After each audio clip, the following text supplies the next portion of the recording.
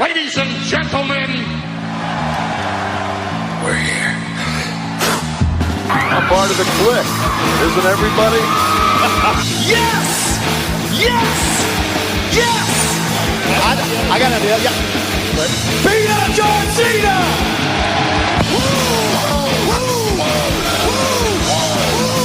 Give me a hell yeah! Oh, a little bit of the bubbly. Too sweet!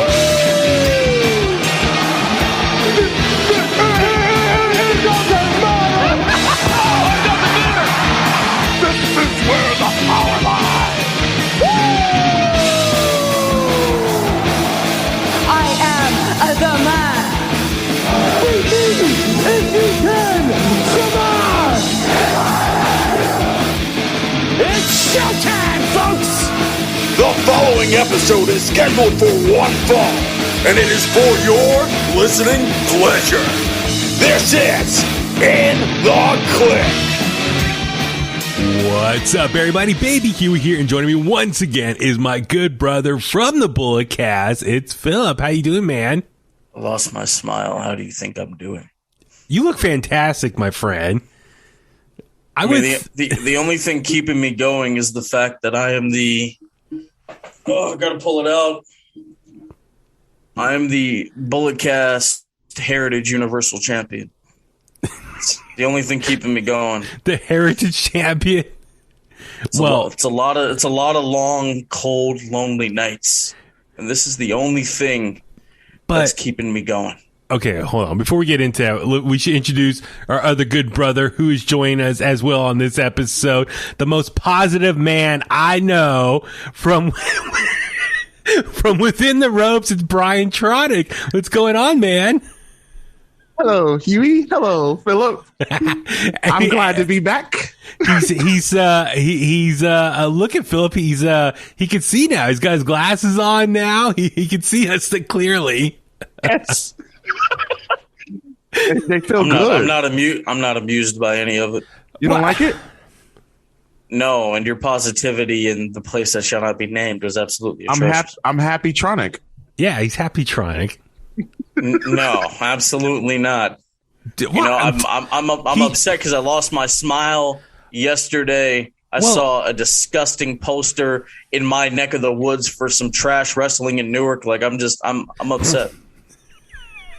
Well, first off, I am upset. Well, okay, we'll come back to that in a second. But Brian, since you're happy Tronic, I'm buddies with Baron Corbin, Happy Corbin. I don't know if you saw our Twitter exchange. I saw that. Yeah, man. We go way back, as you saw the old photo from like 6 years ago. I was like, dang, they're chilling, hanging out. That was at Aftershock in Sacramento at the big music festival up there. NXT was performing, so I got to interview Finn Balor, Enzo and Kaz, Bailey, Baron Corbin, Samoa Joe was walking around. So yeah, ever since then, we bonded over heavy metal that day, and then we did a couple other interviews since then on the phone and stuff. And then when I was in New Orleans doing Radio Row at WrestleMania, he walked by. He was like, "What's up, man?" And so, it's cool. You can see, yeah. It was. I was just like, I said, "Happy birthday," and he responded, "Thanks, brother." So, or thank you, brher. Or so that's cool, man. But okay. So Brian, Phillip here says he lost his smile. I wonder why. Like, Phillip, did you lose your smile because I was voted the greatest Bullet Cast champion of all time? Okay, first of all, is that what happened? You logged into like 5 different accounts and added your name. When did you become such a mark for yourself? I am. I'm a smart for myself. That's not a good look. So was Big Dave Meltzer, and look how the internet treats him. Hey, careful, man. That's LaRocca's good friend.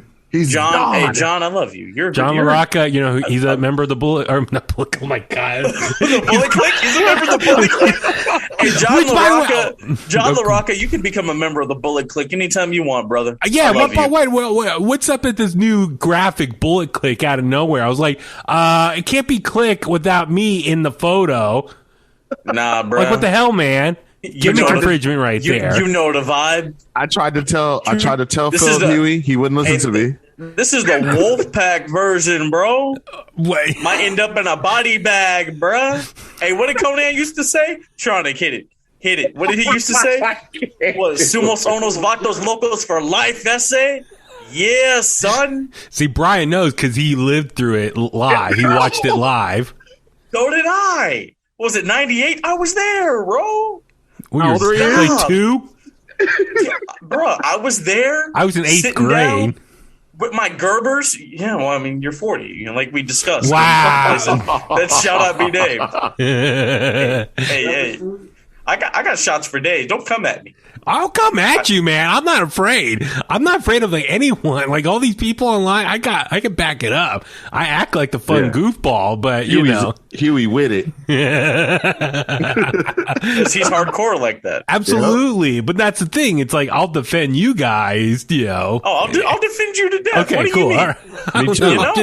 I'm smiling now, but I'm still dead on the inside. You should not be, man. Life is good right now, man. We had a great weekend last weekend. We saw some West Coast pro wrestling together. We went to Stockton Con together. We had some great Chick-fil-A. Yeah, it was a great weekend of us hanging out for multiple days in a row. Like we really bonded. And, I appreciate Brian's, like I said, positivity from that whole weekend. Camaraderie. Yeah, camaraderie, man. We bonded. We're brothers, man. That's the name of the Bulletcast episode on Thursday. Camaraderie. Boom. Camaraderie. There it is. Remind me to do it, Tronic. A comrade Kliq. Is that? You're trying. You're trying. I'm really reaching, hard. Man. Come on. Yeah, I like that one. You guys had fun. I had fun the following weekend at Ugwa doing some commentary. My friends weren't there, but it's okay. Well, we were busy. I was there. Yeah. Busy doing what? Yeah, the pink hair guy, right, Brian? Yeah, the pink hair. Yeah. Remember? Kevin Blackwood has blue hair. Well, the lights. I'm sorry. Yeah. What were you doing on Sunday? Watching you do commentary from a distance. It wasn't broadcast live. I was in the room at the Ritz. Really? What was the main event? It was where those guys all hit each other with stuff. No, that wasn't the main event. Yes, it was. No, it wasn't. You got your matches mixed up, man. Did you get hit in the head too? What do you mean? Tell me the names of the people that were in the main event. It was Juicy Finale and the other guy. What's his name? Forgot the other guy's name. Yeah, I know. How could you forget him? We're going on such a weird tangent right now. We are. Everyone's probably listening like, what the hell's going on here? Anyway, my point being wrestling, guys. Yes, exactly. No, but if you're listening to us right now on YouTube, please give us a like on the video. If you're listening to us like an Apple Podcast, please give us a 5-star rating, leave a comment there as well. I gotta remind myself, I gotta do that early in the episode, remind everyone to rate, comment, share the podcast. So thank you guys for the support. But a lot of stuff to get into this week for within the Kliq here. So on this episode, we're going to talk a little bit of clickbait news. We're going to talk some Dark Side of the Ring, and we're going to talk AEW Dynamite and Rampage for the week. So first things first, got a little bit of clickbait news, and I got the press release this morning. So it was announced from AEW some exciting news. They are going to be partnering with the Owen Hart Foundation, a relationship, I guess it says here, to honor world-renowned wrestler Owen Hart's legacy. And the press release says here, AEW and the Owen Hart Foundation, a nonprofit charity which provides a vast range of assistance and opportunities to individuals in need across the world, are collaborating to honor the legacy of late wrestler Owen Hart, a beloved figure in the professional wrestling community and beyond. This collaboration includes launching the annual Owen Hart Cup tournament within AEW, which will see the winner receive a cup known as, quote, the Owen, as well as the production and distribution of unique and original Owen Hart merchandise, including specified retail goods, as well as the upcoming AEW console video game. So a lot of stuff to break down right there. So Brian, I'll start with you, man. What, Phillip? You already wait. Did you say he's going to be in the video game? Yeah. Mm-hmm. Yeah. Okay. I'll let you ponder on that. Brian, your thoughts on this announcement from AEW? It caught me off guard. It was like it was out of nowhere. I wasn't expecting it. Very strange. I didn't think I'd ever see Owen Hart's name associated with wrestling ever again. Excuse me, ever again. So I was surprised. I was happy because, good for Owen and his legacy. And it'll be neat to see all the AEW wrestlers honor him and, with the tournament and things like that. Video game, that's going to be fun. Yeah. I know. I mean, if that ain't a selling point. No, but, I don't know. But then on the other side, I kind of felt like, oh, man, I just wish that he was able to be honored in WWE, put in the Hall of Fame. Mentioned more often, but that's probably never going to happen now. Yeah, it's no, I'm with you because when we think of Owen Hart, when he was alive, his prime years were obviously in WWE, and I mean we all know the Owen Hart story and what happened. So, the chances of Owen Hart and his family, doing something with WWE, him being allowed in the Hall of Fame, all that stuff is probably not going to ever happen. Dark Side of the Ring covered that whole issue. You can watch that episode if you haven't yet for their whole take on everything. And I understand where the family's coming from in all of this. But at the same time, it was out of nowhere. I saw the press release. And I was like, whoa, wow, this is kind of shocking, surprising, but at the same time, very cool. Because as you said, Owen Hart is known for being one of the greatest professional wrestlers of all time, technical professional wrestlers.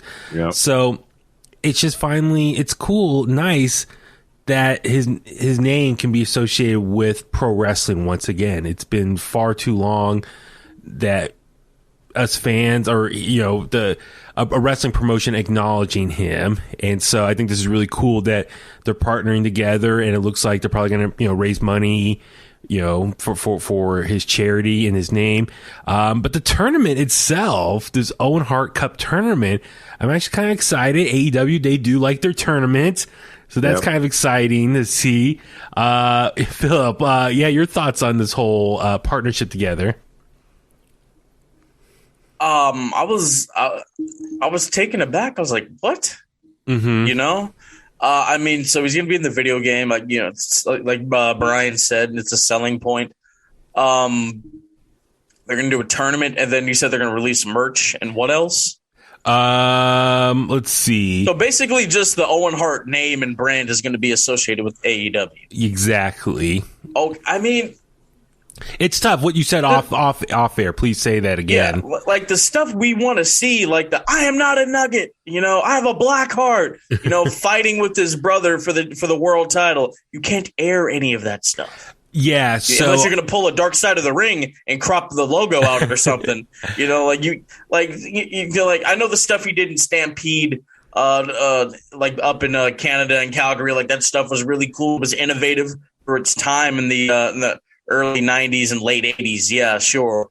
But like the core stuff, his true great work is in a company that his family, his wife and kids want nothing to do with. Yeah. Now it's an interesting topic that they would go there. Even Brett, who, I mean, we all know what happened to Brett in WWE. Yeah. Like he said that Owen Martha needs to suck it up and Owen needs to be put in the Hall of Fame and enshrined in the company that made him.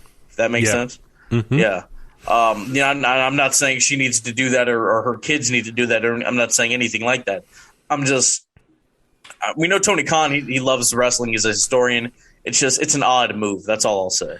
It came out of nowhere. Well, I mean, AEW's only been around for 3 years. So obviously Owen Hart has no connection with this company. So I was looking online and some people are wondering, was this move as a way for the Hart family or Owen's family to stick it to WWE as far as, okay, we're never going to do anything with WWE ever in our lifetime. So we're going to go ahead and work with AEW, which is an interesting move. So I'm curious, what about AEW was appealing to them for the family to allow this relationship to take place? So I hear, I mean, Punk said that one of the reasons why he went to AEW was the way they kept the Brody thing a secret, like his illness and how they handled his death and celebration of life. Mm-hmm. I hear that's one of the reasons why Martha's agreed to do something like this, which is interesting.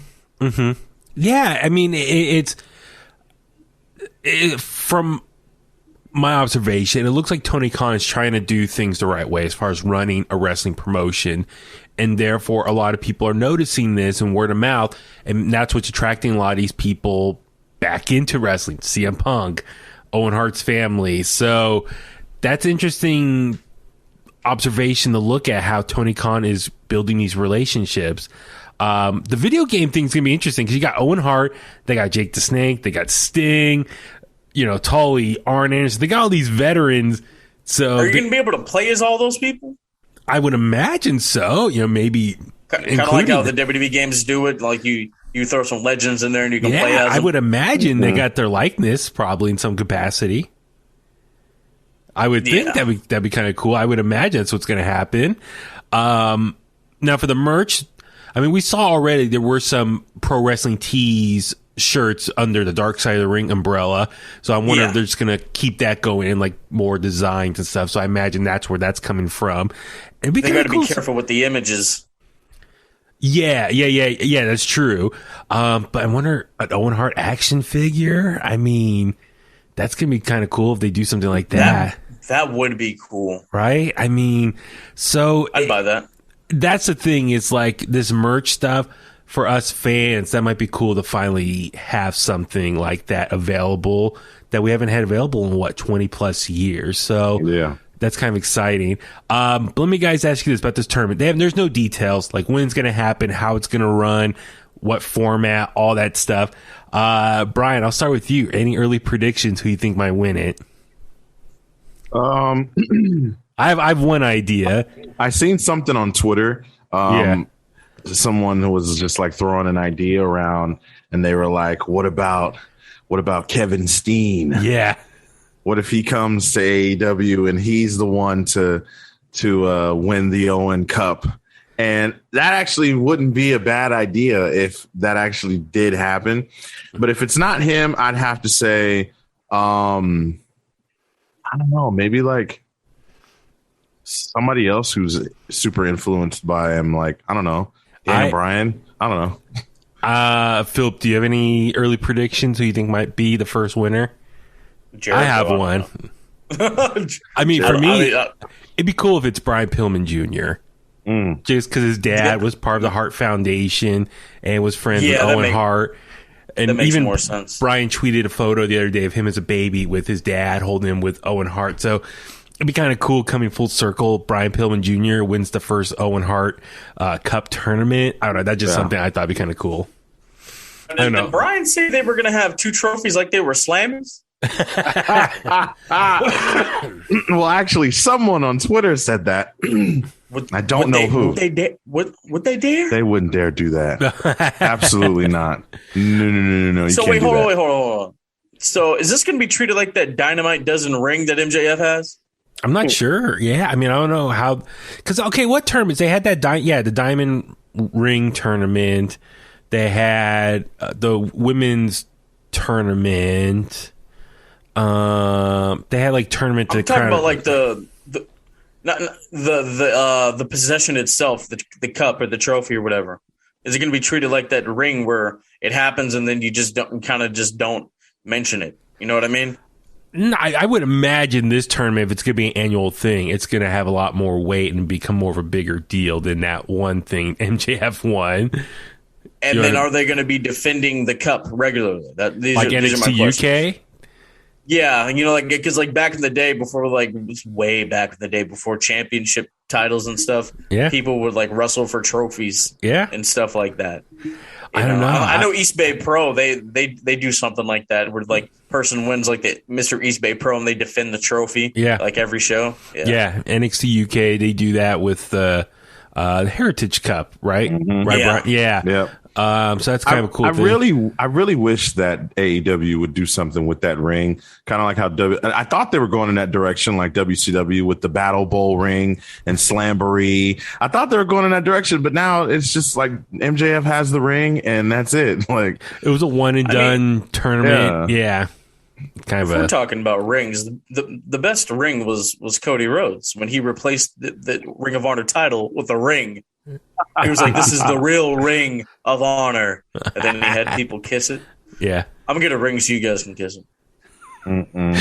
He's going to create more like hardware for himself. He's going to have titles. You're going to walk around with all these. I didn't create this title. I was surprised with it. Yeah. Okay. Who surprised you? Give him a shout out. I mean, shout out West Coast Design. You know, that's the homie. That's my main man. Yeah. You know, he got to be Bullet Cast champion one time. You know, might have to strip Huey and put it on him real quick. Or you just forget one weekend that get my picks, and then he'll probably win it. Then I'm just saying. I mean, who said I really forgot? Wow! Oh, now he's turning really heel, Brian. Look at this guy. Losing his smile. He's turning. You're like Kenny Omega now. Dark side of the wall. No, but anyway, I'm just saying it's cool that like Owen Hart's name is gonna get like a new life as far as for us wrestling fans to embrace and talk about. And AEW, it's cool that they're gonna help continue his legacy for the fans. Peacock subscriptions might go up. Why is that? Oh, because people want to see his matches. Yeah. Oh, not everything's on YouTube. Yeah. Yeah. So it's going to be interesting to see what they do. So we'll look forward to that. All right. So we teased it earlier. Dark Side of the Ring, the second half of season 3, debuted this past week, premiered this week.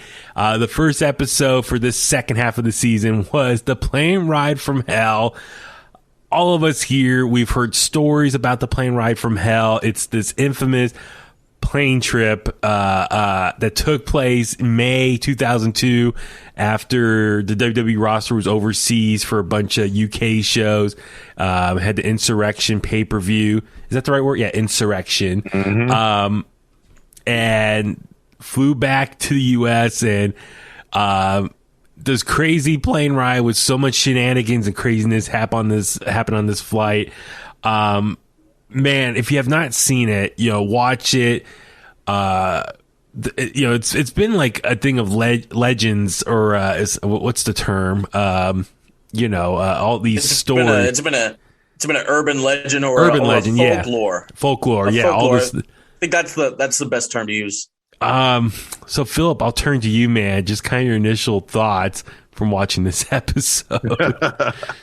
I mean, okay, man. So I've heard like 3 things from the plane ride from hell. Perfect and Lesnar were wrestling each other. What was it? Angle and Vince are wrestling and Taker chokes out Angle. Mm-hmm. And then Flair was apparently naked. Those are the only things I've ever heard. Yeah. I've never really looked into it. Never really piqued my interest or my fancy like that. Watching this episode, what helicopter motions? But I mean, potential. I mean, I don't think Flair was going to rape her, but just very, very inappropriate conduct or misconduct. Yeah. Tommy Dreamer, think before you speak. Yeah. Scott Hall being inebriated, that's nothing new. Michael Hayes getting his ponytail cut off, that's funny. Dustin doing whatever the hell he was doing, that's weird. It was great to see Terry Runnels. I was a big fan of Marlena. And yeah, it's a lot. We'll break down the highlights here, but Brian, how about you? Your initial takeaways from this episode? It was. I think it just added a little more from what I already knew. Like I had seen like all the shoot interviews that Terry Runnels had done, and obviously Flair had talked about it. WWE put out like a cartoon, Flair narrating the whole plane ride from hell incident, which they took down immediately. Yeah. But the new things was the ponytail. I hadn't heard about the ponytail. The fight between, who was it? It was Kurt Hennig and Brock Lesnar. Kurt Hennig and, oh my gosh. Like I'd never heard that story before. And Brock was fairly young back then, right? He was in his mid-20s or something. He just, got up to the main roster. He was like 20. He was like 25, 26. Yeah, super young, super new in the company, right? It's crazy. It's. I mean, it makes you think. It makes you wonder. Like you'd love to be a fly on the plane, or just someone who had something to do with that flight. It just seemed interesting, the whole thing. What was it, like 14 hours or something? Yeah. So the flight home. So the flight from the UK back to Connecticut was about 7 hours. But due to some weather issues back in America, their flight was delayed 7 hours. So it turned into a whole 14-hour trip. It was amazing that they went through three drink bins with all their alcohol. She said, Heidi, the flight attendant they had on this episode, in all her years working on a flight, the passengers never went through a whole alcohol crate or whatever it's called. But these wrestlers went through 3 of them. So by the time they were in the air, they were very much drunk at that point. I was going to say, they drank more than that because, she said, they started just serving themselves drinks after the 3rd cart was empty. Yeah, so a cart, that's the word. Yeah, it's, man, the thing is, for me, up to that point, just hearing, from shoot interviews and other people talk about it, this plane ride from hell, it was more viewed as more just like a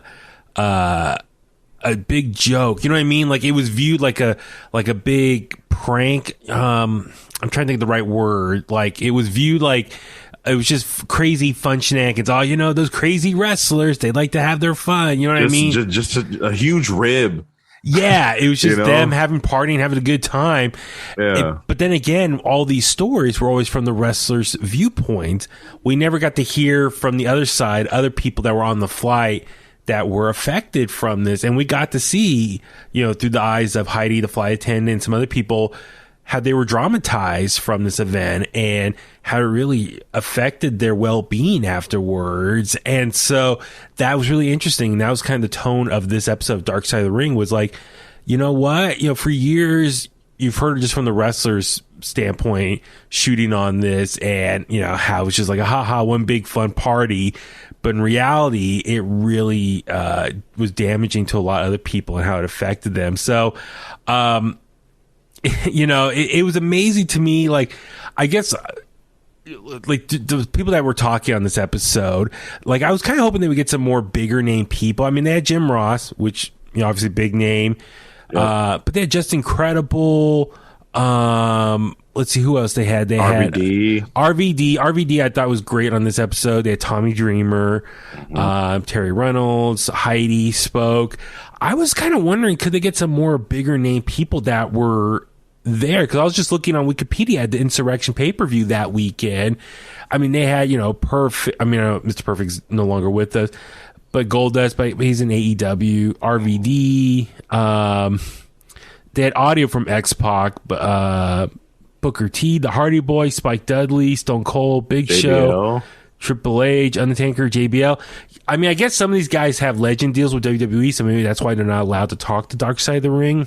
Right. But I was kind of hoping to get more viewpoints for them, them speaking their side of it. But man, so my big thing, I was left a lot more questions and answers after watching this episode of Dark Side of the Ring. And my heart was, I felt so bad for Heidi, the flight attendant, because just how much she had to go put up with on this flight. I was looking at some websites and people trying to explain some of the. I felt like we learned a lot of stories, but I feel like there's so many more other stories that they didn't get to, and a lot of these websites online are trying to break down some of the other details they didn't have time to get to, and that's the one thing. If I had a chance to talk to Evan again from Dark Side of the Ring, I would love to ask him what are some of the other stories they didn't get into, because Phillip, you were talking about because wasn't Undertaker in an interview? He talked about how he wrestled Kurt Angle on that flight, right?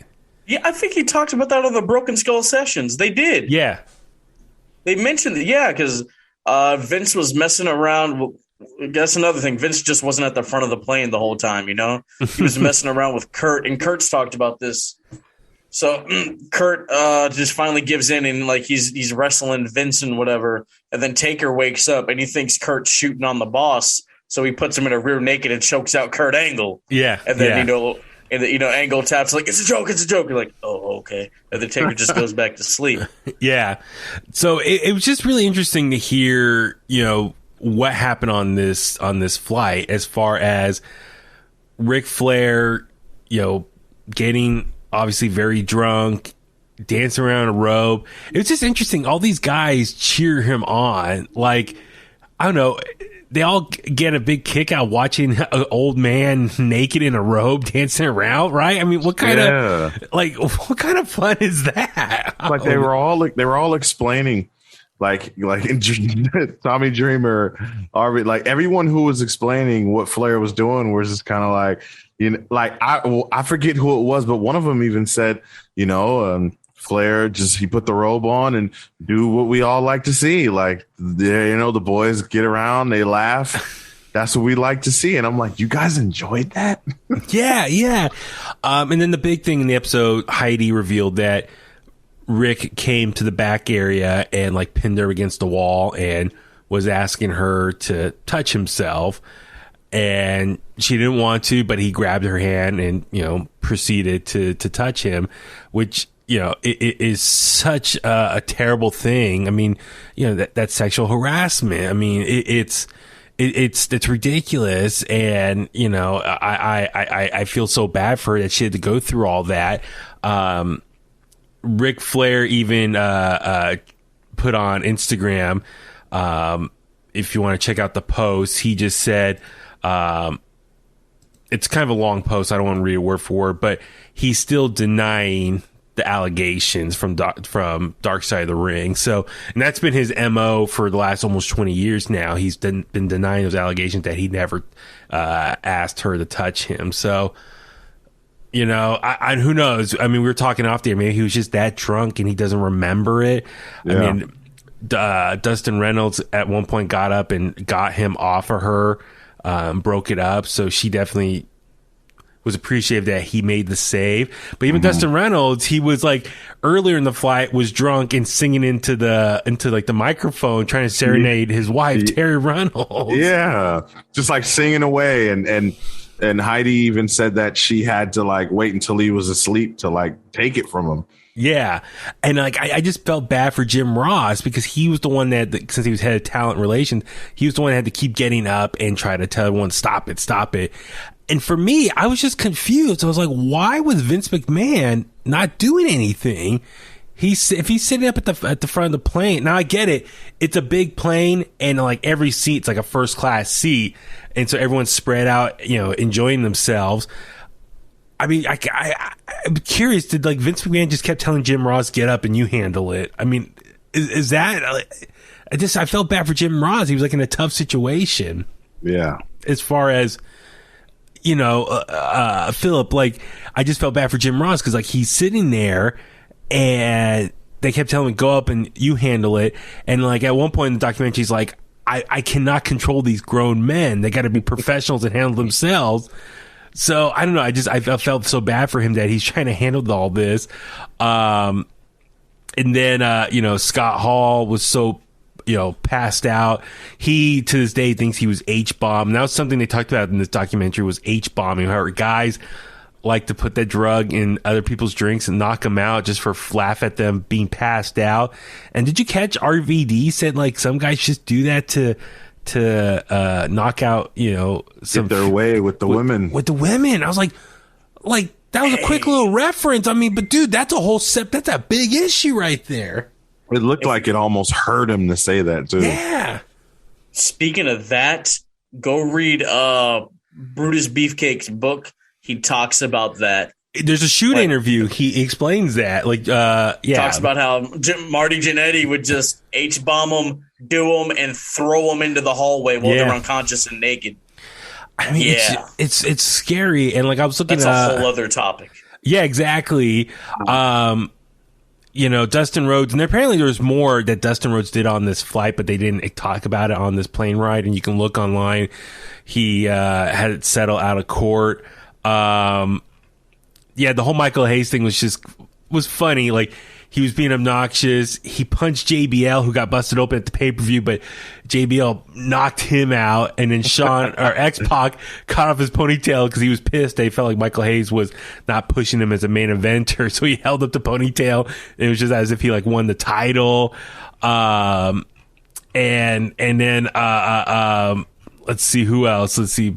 Michael Hayes was so pissed when he woke up and his ponytail was gone. Kurt Hennig, Brock Lesnar fighting on the plane like these two big bears going at it. I mean, that's ridiculous. And then Terry Reynolds revealing that Brock flashed her like in the locker room. Yeah. Brian, like you tweeted something like, you know, if you were in Dustin's shoes, you would have gone and beat Brock Lesnar's ass, right? Yeah, like it's just crazy. And like even him going to her saying like don't sell it. Yeah. You know, like don't. It's just like, oh, why would you? I just don't understand. I couldn't, like, if it was my wife, I couldn't do it. I couldn't do it. I'd probably get my ass kicked.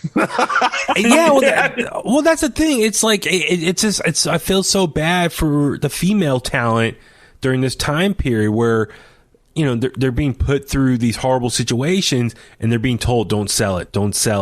Yeah. And it's like for anyone listening, I mean, like, you don't react to it, don't overreact. And it's like, you feel so bad for them because it's like, it's a really hostile, terrible work environment and you can't speak up when you're being offended.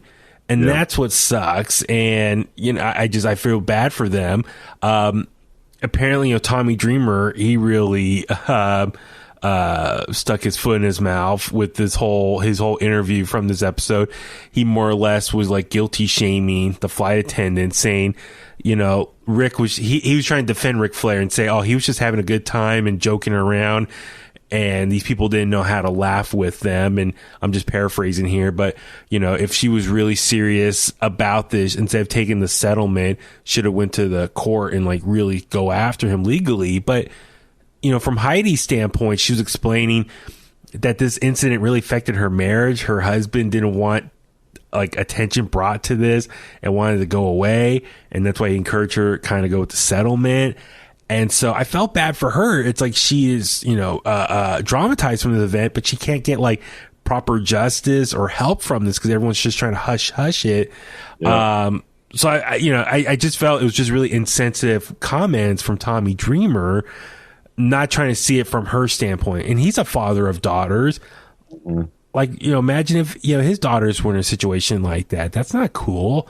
Right. So, Brian, it was announced that Tommy Dreamer was also suspended indefinitely from Impact, and he's taking a leave of absence from Busted Open Radio on Sirius XM. So I don't know what's going to happen if these companies are going to let him go, or does he go to sensitivity training or something like that? It's I don't know what his future is going to hold, but I don't know. Like, he was defending Ric Flair. Like, why? Do you think he just because he's a fan or a friend of Ric Flair? Like, he felt like he needed defended him. But I mean, yeah, it was horrible what Ric Flair did allegedly. So yeah, it was bad. And if I'm Tommy Dreamer or anybody in that situation, like, I get it. Like, even if you do feel like, you know what, I just don't think Rick would ever do something like that, right? But he did do what he did, right? Allegedly, like, according to at least according to Heidi. And so at that point, it's just like, you know, I love you, Rick, but you just can't do stuff like that. You know what I mean? I know you probably didn't mean anything bad or whatever, but you can't do stuff like that. We don't condone that. Like, that's no good. I mean, if he'd have said something like that on Dark Side of the Ring, then I think he would have been okay. Like, I don't think people would have been upset with him, like as many people would have been upset with him as they were. Mm-hmm. But it was just his approach, his whole approach throughout the whole episode was just almost defensive, almost like he was being accused. Yeah. Super defensive. Yeah, he comes off very insensitive here for the victims, and just trying to say, oh, you know, they should have just rolled with it. Like, how dare they not laugh at what Ric Flair was doing to them? I mean, that's just so stupid. For me, you know, it was really surprising how RVD, who's known as more like the party guy, was the more serious, logical, responsible person in this episode. You know, Phillip, I want to ask you, like, what'd you think of his statement where he says, like, don't meet your heroes. You're not going to be happy with the results. Like, do you agree with what RVD was saying there? I I've met a couple of my heroes. Yeah. I'm speaking from personal experience. I've never had a negative interaction with any of them. Mm-hmm. But I mean, there are some people who will, probably go to a Ric Flair meet and greet or signing, and this might be in the back of their head or be on their mind when they go to it. You know what I mean? So yeah. I mean that's an age old saying, but like me personally, I've never had any bad problems. I don't know. Tronic, Huey, have you ever met any of your heroes and had bad experiences? I never had a bad experience ever. I've had one bad experience, but that person made up to me a few years later. I'll just leave it at that. I'll tell you guys off the air. It's a rock star, a musician that I'm a big fan of.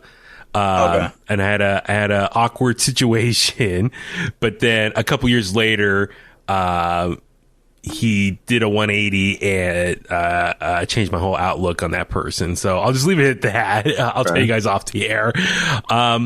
My thing is, listen, wrestlers, especially during this part of the early 2000s, they all of them lived that rock star lifestyle. And that's the thing is, keep in mind, WWE, they were at their hottest point right at that time. They just bought WCW. Ratings are great. They're making a ton of money. So all these guys, they probably just feel like rock stars. They're on top of the world. They could do whatever they want, get away with whatever they want. They probably feel like the gimmick that they play on TV, they can play that in the real world and not have any repercussions from that. And that's a whole other issue, is when a lot of these wrestlers don't know when to turn it off. You know what I mean? As far as how you act in the ring, you feel like you need to act like that all the time, and you never learn how to shut it down. Yeah. And that can lead in some issues, and you think you're just invincible, and it's just part of the gimmick. Roll with it. But that's not true. I mean, if you're outside the ring, you're doing stupid stuff, you're going to have to face the repercussions from that. So, it's just a really interesting situation. And, my reaction also, remember when Undertaker was on Joe Rogan, was it beginning of this year or last year? And he was commenting, how the locker room is different now. People are more concerned about playing video games and like TikToking or whatever. I'm paraphrasing, versus back in the day when he was coming up and guys had drugs and guns in their bag and had to be defensive of each other's surrounding. And, it's just, it's a different time now. And I'd rather have it today where the people are playing video games and just having fun and, doing social media stuff and not getting in trouble or doing stupid stuff. Right, Brian? Is that a fair thing to say? Like, yeah, like definitely. When you go back and you listen to what Taker said and what a lot of older guys have said, like talking about the locker room back then versus now, and it's too playful. Everybody's playing video games and everybody's friends and it's just like, but it's a good thing, especially when you watch Dark Side of the Ring and you understand what happened, what happened. It kind of makes you go, dang, like, can you imagine if they were all just playing video games? Like, you know what I mean? Or can you imagine if they all just weren't? I mean, there was so much going on, I guess, in the industry back then too, like so much stuff that was happening behind the scenes that are clearly not allowed nowadays, right? But yeah. No, I'm just happy to know that it looks like that the locker room scene, at least for wrestling, is improving. It's evolving for the better. Oh yeah. And it's less of this craziness stuff that happened back in the day. So that's what I'm at least what it looks like. I'd rather have my wrestlers play video games and do Twitch and social media stuff, versus going out there and doing drugs and, violating other people and stuff like that. So, man, like I said, my heart goes out to Heidi, the flight attendant. Just respect to her for coming forward and telling her story. But I'm just curious though, if she made the settlement, how is she able to tell her story? Like, I thought with the settlement, doesn't that buy your silence? I'm not quite sure how the legalities of all that work. So, right. Is there a statute of limitations on those things? I would maybe think not. Maybe that too. I mean, it's been 19 years, so maybe she's able to speak her mind. I mean, props to the producers able to find her and have her tell her story. That's huge. Yeah, I will give it to these guys. They find certain people. They dig deep. Yeah, and that's the thing. Like I said earlier, it's like this story was all more viewed like urban legend and like this crazy frat boy style, party style. But no, in reality, it was a really terrible event that a lot of people were affected negatively from it. So I know we can go on, and hopefully we'll get maybe some more stories of what went on that flight as well. But no, I'm looking forward to Dark Side of the Ring. Next episode's going to be about Canyon. No, I remember Canyon as well from the time at WCW and stuff. So looking forward to talking about that as well. I was a big Mortis fan. Yeah. He and I had the same birthday. Hey, who better than Canyon? I tell you. All right, let's move on over to AEW this week. We'll talk about Dynamite and Rampage, just some of the highlights here. Dynamite this week, we saw finally the in-ring debut of Adam Cole, baby, the hottest free agent to sign with AEW. Well, I guess, I don't know, what do you think is the hottest free agent for AEW in the last month? Is it Ruby Soho? Is it CM Punk? Is it Bryan Danielson? Or is it Adam Cole? If we go on an actual shock factor, we'll go Adam Cole.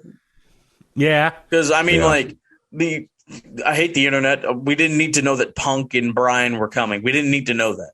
I want surprises, damn it. But I think that because, we really didn't know where he was going to go. Yeah.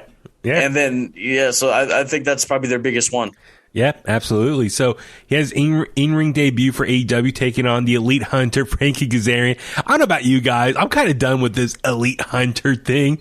Yeah, what is he hunting? He gets his ass handed to him every time the Elites see him. Right? I mean, it's kind of cool. Because he's the only one. I mean, I like his look. Like, he's like the Punisher. You know what I mean? Like, he's, do you guys see the Punisher on Netflix and stuff? So it's kind of like that. But, like, he got some shots in, but then, later on, lately, I feel like he's been having these matches. He's just been losing here. So, I don't know, Phillip, what do you think of Adam Cole's in-ring debut for AEW here? I heard a take from a certain someone, his Happytronic, on the Bullet Cast. Go check it out. Great show. And he said that Adam Cole didn't look like a main event star. What? I kind of agree. I kind of agree. Explain to me. I said it. Yeah, go ahead, Tronic. Explain. So he just didn't look like that guy anymore.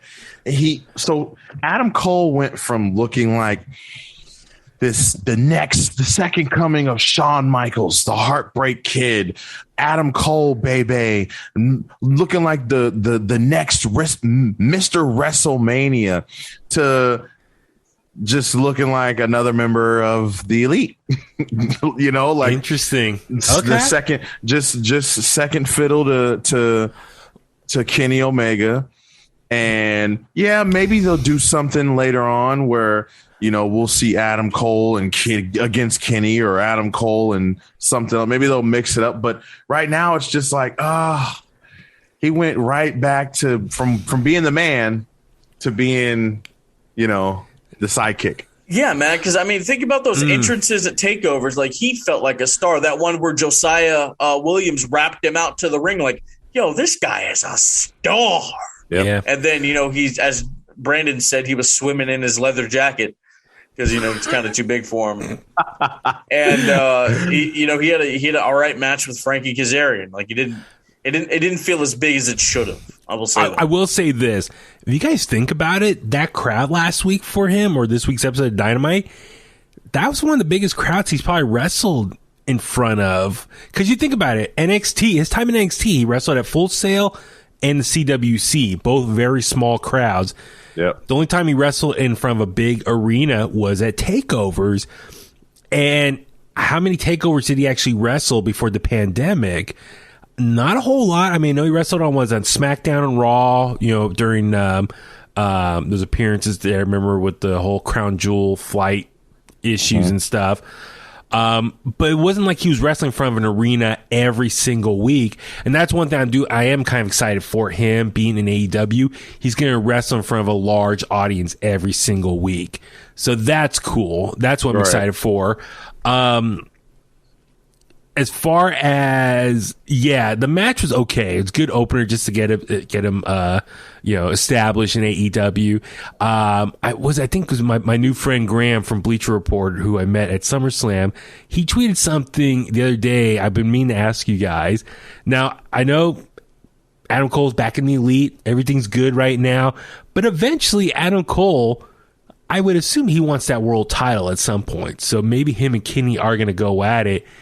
Down the road, what if we get an Undisputed Era reunion in AEW and they take on the Elite? Could that happen at some point? Because you think about Bobby Fish is no longer there. Adam Cole's in AEW. Roderick Strong, Kyle O'Reilly. I know Roderick Strong signed a new contract, but I don't know how long it is. Kyle, I don't know how long his contracts are. I mean, I wonder, could they get an Undisputed Era reunion of sorts in AEW and they take on the Elite at some point? At some point. I'm just fantasy booking maybe a year from now. Who knows? I mean, that could maybe something could happen. I'm just saying, because Adam Cole, like, I'm with you. He is a true main eventer, but with his role in the Elite, he's definitely a sidekick right now to Kenny Omega. So I definitely agree with you guys. At some point, he's going to get power hungry and wants to be the number one guy. This article, where'd you hear this? Graham from Bleacher Report. GSM. That's one of Brian's friends. Graham. Who? I don't know what you're talking about. Graham GSM Matthews from Bleacher Report. That's who it is. Oh, that's that guy. At Wrestle Rant. Oh, that's that guy. That guy's cool. Is there someone else? Like? No one else. Okay. No one else. Man. So Adam Cole, he doesn't look like a star. What else happened on Dynamite? So MJF cut this really interesting promo calling out Brian Pillman Jr., but he more or less, talked about Brian Pillman's dad and said, he wants to talk to him. And he's looking up in heaven, but who am I kidding? He looks down, he's down in hell. What'd you guys think of this promo? He is the only person that can get away with this. Yeah. I was like, whoa. I was actually kind of surprised by it. I'm like, oh, he's going even a step further with it. Okay. Yeah.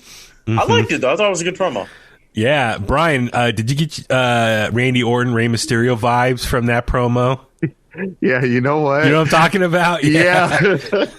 When Randy Orton said Eddie Guerrero's in hell. Oh, my God. Oh, man. Yo, Rey Mysterio has like an ugly, mad face when he has his mask on. It's when they zoom in on his mouth, he's just like... No, but listen, I was talking to someone earlier and they had mentioned, man, MJF, like you said, Phil, like he literally is allowed to say and do anything. Like he was like, is there any chance that he says anything about like Owen or anything? I said, oh no. He can't do that. He can't do that. Like, hey, if he does, oh man, he will not go that far. That's cheap. At that point, what do you mean? They're free to say whatever they want. There are no writers there. It's creative freedom there. Why can't he do that? Nah, that's just wrong morally. Like, do not. What makes me wonder? Talking about Brian Pillman. I mean, I would hope they got clearance. I would hope he asked Brian Jr., "Hey, is it okay I bring this up out in the ring?" Why would he ask him that? They don't talk to each other before they go out there and cut promos. What do you mean? Okay, yeah. Sorry. Kayfabe, yes. Wait. So let me say something. I feel like this is just not a good situation. This Brian Pillman and MJF deal. For a few reasons. One, because I feel like while everyone's excited Brian Pillman's being put in this situation, right? I feel like it's a situation that he's, in my opinion, going to have to lose, because MJF can't keep losing. Like and then I feel like that makes him look bad in a sense. Like, okay, MJF is all promo. He's all promo. Like, I put up a picture on Twitter and asked, like, is MJF the hottest heel in pro wrestling? Some people said yes. Some people said almost. Some people said when he's on the mic, yes, but in the ring, no. And that's concerning. Like, is he great all around, or is he just someone who just can insult everybody? This is something I want to throw at you guys. MJF has been a topic of conversation since this started. I saw this one Twitter thread, and it said MJF had a year-long storyline with Chris Jericho, beat him multiple times, lost the final match, and then now he's in a program with a guy that's mainly seen on Dark and Dark Elevation, Mid-Carter. They called MJF a Mid-Carter. Wow. And then people called him Miz Jr., which I popped at that. Let's see the Miz Jr. Yeah, I mean, for me, I'm happy to see Brian Jr. get this push right now. I'm kind of curious about the current state of Varsity Blondes. Yeah. I still think eventually Brian Jr. is going to have to turn on Griff Garrison. I'd like to see Brian Jr. go full heel like his dad, go crazy. He was a heel. Huh? Yeah, he was a heel in MLW, so I think it's possible. So yeah. What if Griff Garrison turns on him and maybe joins the Pinnacle? I don't know, since I know the AEW loves stables and groups and stuff like that. Which, by the way, the Pinnacle they're not even really a thing right now. They exist, but they don't really do anything together. It's kind of like the factions in New Japan. Like, everybody's a part of, like in New Japan, you have to be in a faction to be there. Yeah. And like everybody's in like Suzuki Gun or whatever, but they're all doing their own thing. You know what I mean? Yeah. Or Chaos or whatever. I mean, so anyway, I'm just curious how this is going to go. I mean, I do think MJF is going to get the win at Grand Slam next week. But I am excited that Brian Jr. is going to looks like a push going. So I hope, regardless if he loses, he still looks good in defeat and he keeps his momentum going. Which show was that one on? Is that on Dynamite proper or Diet Dynamite? Yeah, so this week it's going to be Dynamite is Brian Pillman Jr. MJF. That's going to be on the 22nd.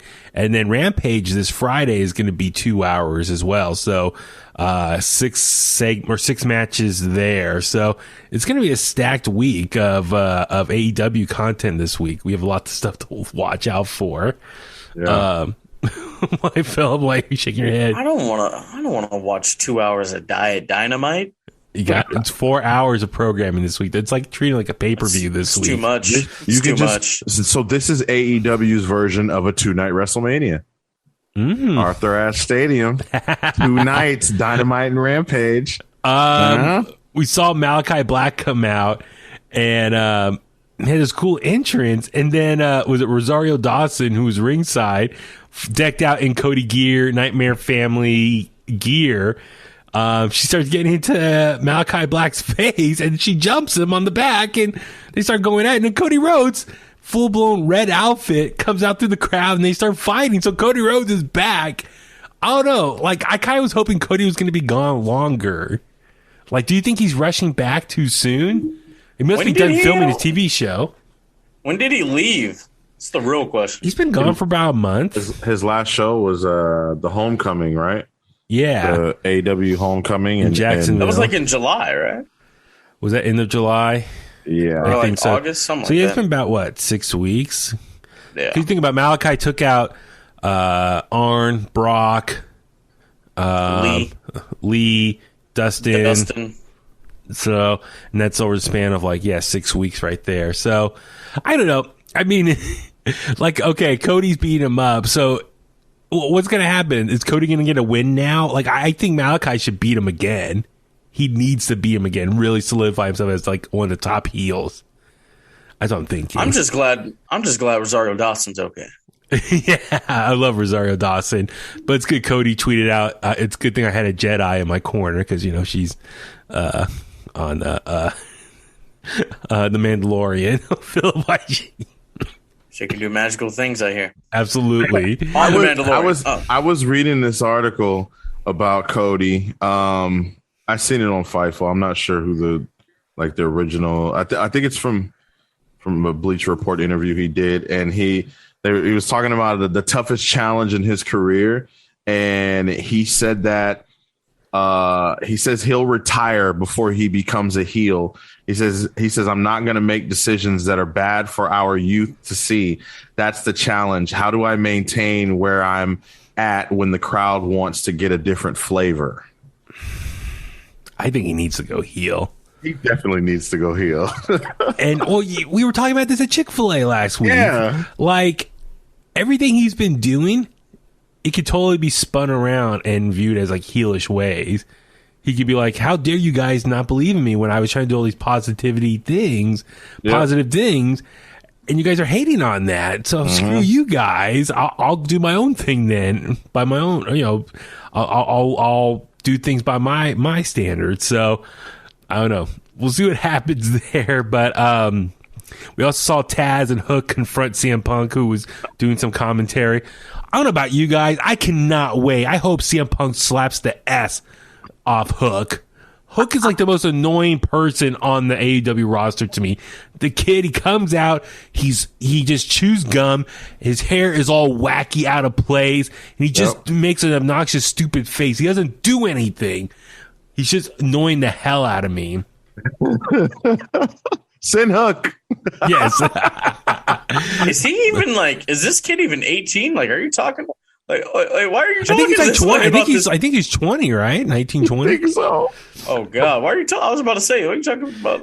No, but then Taz and Hook and Hobbs beat up CM Punk and put him through the table. Man, our boy Will Hobbs laid out CM Punk, and they're gonna have a match next week on Rampage. So, dude, Hobbs is gonna have CM Punk's second match back. So that's really awesome for him.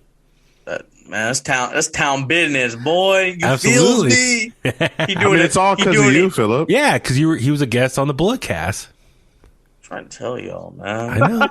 I know. I'm not telling y'all to acknowledge me, but do it. You gotta get a red glove now. Yes. Hey, that red glove was fire. That was the best thing about Raw. Yes, it most definitely was. I love it. Next up, we saw Bryan Danielson have an interview with Tony Schiavone. I really dug this. He called out Kenny Omega. They had a face-off, and Kenny Omega gave in and is going to have a match with Bryan Danielson next week at Dynamite. But it's non-titled, though. So, yeah, Bryan, your thoughts on... Dude, like this dream match that we didn't think was going to happen. I'm excited. Kenny Omega is my favorite right now. I'm kidding, Phillip. I'm kidding. No, but I really think that I liked how Daniel Bryan even specified that, hey, like later on, it'll be about the title, but right now it's about who's the best. Yeah. And it's just like, wow, like stop everything you just said. Huh? So hold on. What, So, Phillip? if you're fighting the heavyweight champion, but not for the title, and then let's say Bryan beats Kenny shouldn't have the title if it was about seeing who's the best. Huh? I mean, it's bragging rights. Like, Kenny can brag because he has the championship. Yeah. I'm so excited. I cannot wait for this match. I hope it gets like at least 30 minutes. Did I just defend Kenny Omega? Oh my God. You did. I really have gone insane. I will say this. I believe I said this on the Bulletcast as well. Mm-hmm. Did you? How? You say it's about who's the best, but you weren't even in the top 5 or 10 of the PW. Oh, you weren't even in the top 5. Oh, that's what I forgot to ask you guys about earlier. Oh, the top 500. Oh, we can do next time. Beat by the number 2, who in my opinion should be number 1 guy, and you about to get beat by the number 1. Okay, I don't know if he's gonna lose. Kenny doesn't need to lose. Kenny needs to win. Wow, this is probably gonna be some shenanigans, honestly. I mean, the Elite will get involved probably. Yeah, and then Jungle Boy, and then he'll come down there. Yeah, I know you want to make it a big show. I wouldn't have done this. I would have had Daniel wrestle somebody else first, one of the Elite guys. You know, he could have wrestled Adam Cole. SmackDown rematch. Yeah, yeah. I mean, I'm looking forward to this. I know a lot of people are like, oh, why are you giving this away for free? It's like, it's okay. Let's have it on basic cable TV. I pay for my cable bill, so I'm still paying for it. Give it to me. Yep. Terrible booking. It should have been on the pay-per-view. Tony Khan doesn't know what he's doing. Oh my god! Did you guys hear about? I'll wait till we get to Rampage. Okay, when we get to Rampage. And then we saw in the main event Eddie Kingston, Jon Moxley defeat 2.0.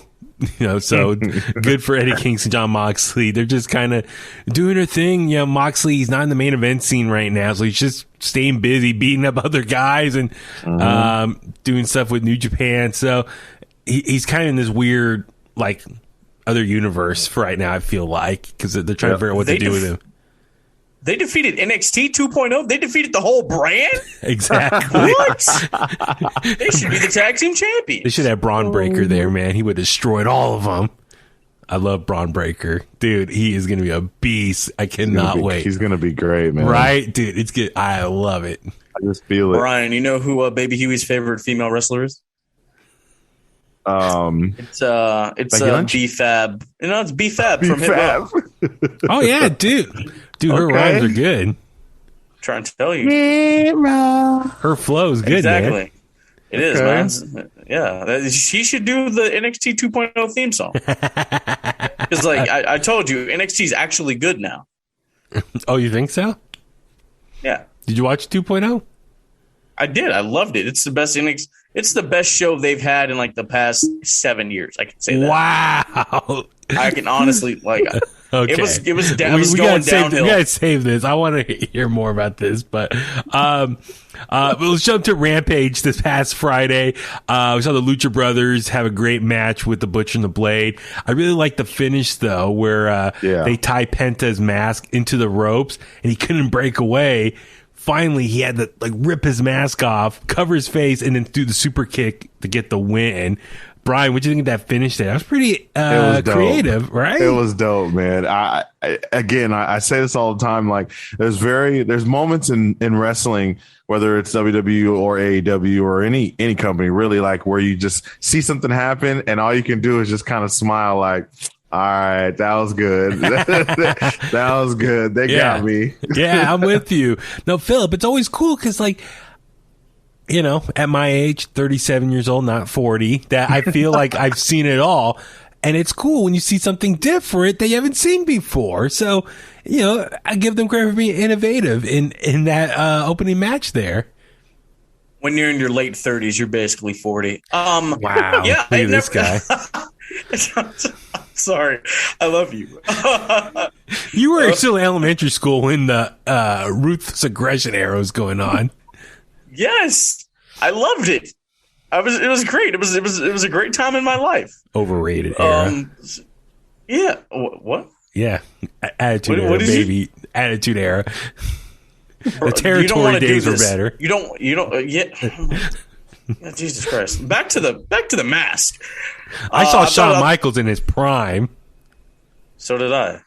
No, you saw skinny Shawn Michaels. His whole career was his prime. With the bell bottoms. Come on, bro. Like, what do you mean? God. Phillip said it at the same time. Bro, he came back in Saudi and was the best worker in the match and hadn't worked in like 10 years. Come on, bro. Dude, that is funny. That match. You cannot put that match on in front of me. Speaking of masks coming off, Kane's mask came off. That spot when Kane's mask. But dude, I can't breathe. But think about it. He hadn't wrestled in what, 10 years at that point? Or he's the best worker in the match. Yeah, he was the best worker, and he had to save it because Triple H got hurt. So he's probably thinking, all right, I'm in a tag match. Hunter is going to carry this match. Nope. He had to do the whole thing by himself. Like, I have so much respect for Shawn Michaels after that. I'm going to watch that tonight. I have that figure. The bald Really? one. It was. They really released it. And I thought it was a joke online. Then I saw it at Target and I got it. I got the bald Shawn Michaels figure. I'll send it to you later, Philip. It's true. That's dope. Like I said earlier, Shawn Michaels retired at WrestleMania 26 and never wrestled again. The Penta Mask spot was cool. Yes. I did enjoy that. Congrats to the Lucha. It was a tag title match, right? I think so. Yeah, it was tag. It was tag titles. Yeah. I forget. Oh, it was nice to see the Butcher and the Blade back together. You know, I like the Butcher and the Blade. They're underrated. They're a well-oiled machine. I like those guys. Yeah. When they eventually win those titles, I'm gonna be so happy for them. No, I think definitely they should win them at some point. On commentary, we saw Ricky Starks doing commentary. Not bad. And then Brian, was it announced that he's going to be a commentator full time for them? Yep, full time, which is kind of weird. I don't know about that one. So what happened to Mark a Henry? Flavor. Is Mark Henry not going to do it anymore? No, he says he's full time replacing Mark Henry. Wow. Okay, I have to read up more on that. I just saw the headline. I didn't have a chance to read up on it. Jericho was on commentary for this, right? Yeah. Oh yeah. Did you hear Taz call out Jericho like stop the yelling? Did you hear that? Someone had told Jericho stop yelling on Twitter, and he replied and said, "Turn your TV down." That's my dude. Friend is he's so quick, bro. That's where I get it from, honestly. Yeah, I get it from him. Yeah, absolutely. You should do that too. We gotta give Phil some Grey Goose before the next UGWA show he does commentary for. This Sunday. Wait, is this Sunday? Oh, the Sofa Street Fair. Yeah. Are you going to be out there for that? Yeah, I'm calling a match. It's free, guys. That Sofa Street Fair is really cool. I've been in the past. It's a really cool little music festival that they have in downtown San Jose. It's really cool. I'm booking Extreme Rules. I can't. That's right, Extreme Rules. Yeah.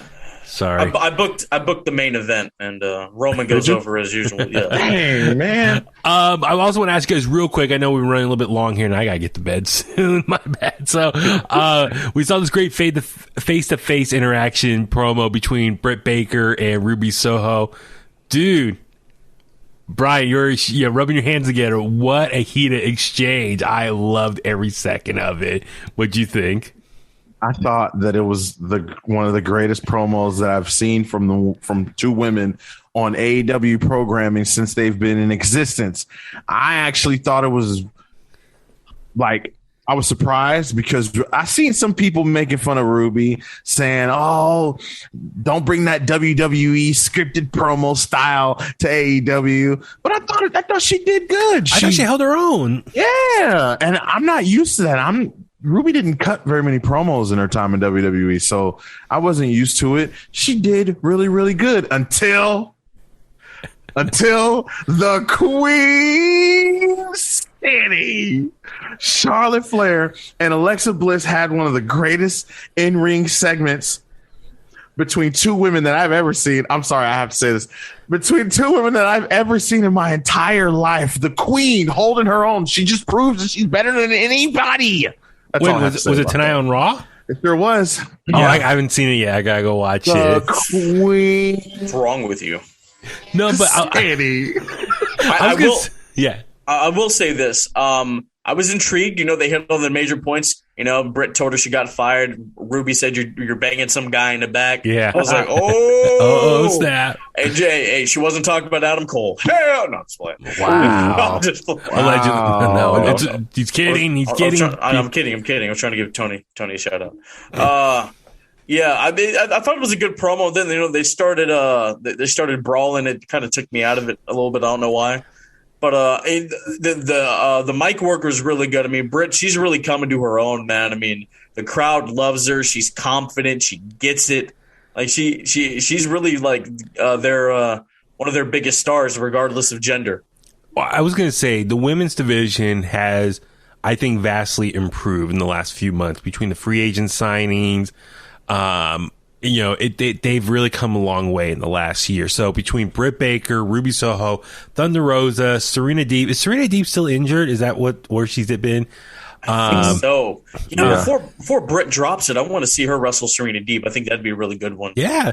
I mean, they got some good matchups there on the roster. We can't forget Thunder Rosa either. I was on social media over the weekend, and I had a little debate going on my feed. I was asking the folks, what did they think? Who deserved the opportunity to dethrone Britt Baker more? Is it Thunder Rosa or is it Ruby? And a lot of people said that they thought Thunder Rosa should be the one to take the championship away from Britt Baker. Seems like they got some unfinished business.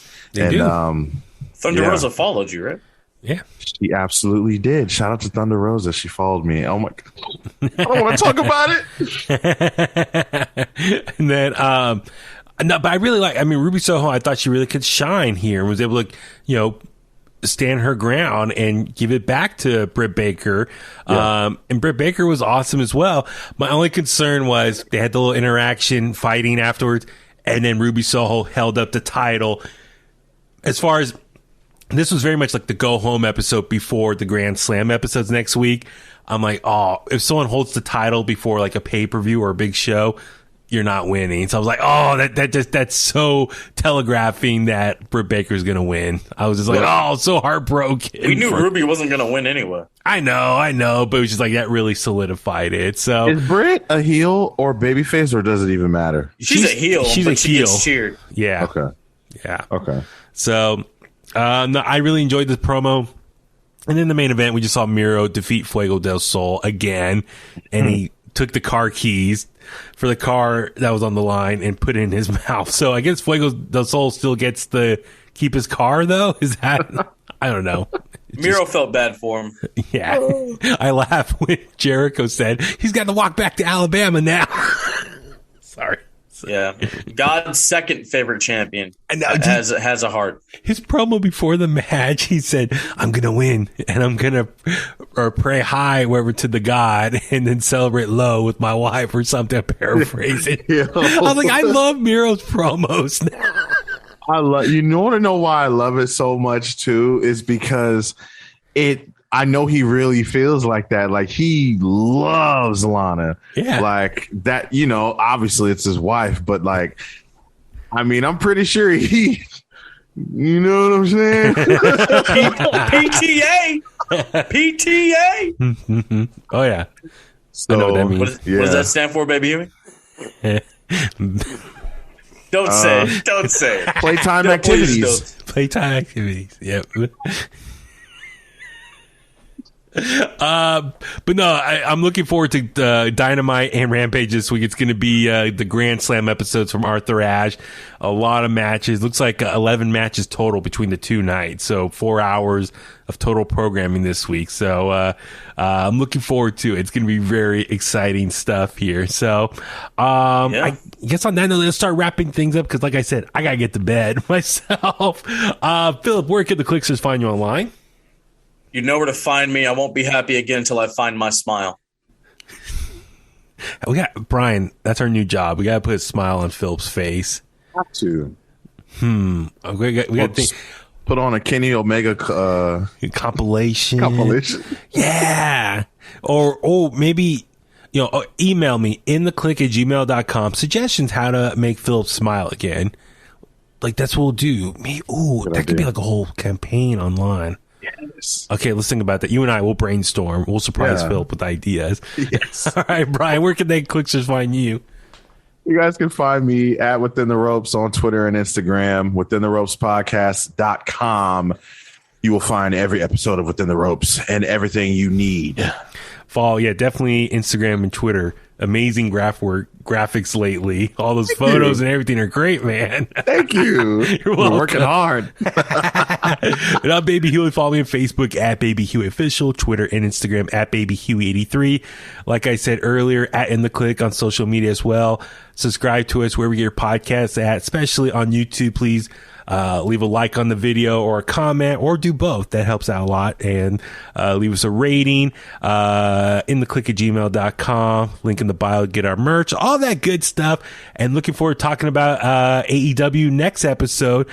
It's going to be action-packed, man. We're going to get Kenny Omega versus Bryan Danielson. Can't wait to hear Phillip's full thoughts on this. He's going to be smiling the whole match. I'm just... Kenny Omega is the worst wrestler of all time, and Daniel Bryan betrayed the company. Wow. On that note, let's go home. And that's the bottom line because Huey said so.